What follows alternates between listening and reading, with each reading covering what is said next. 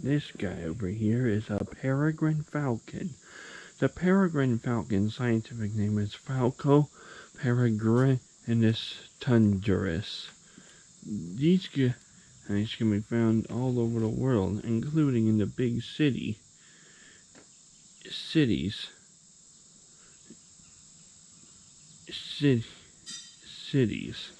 and they eat things like bats,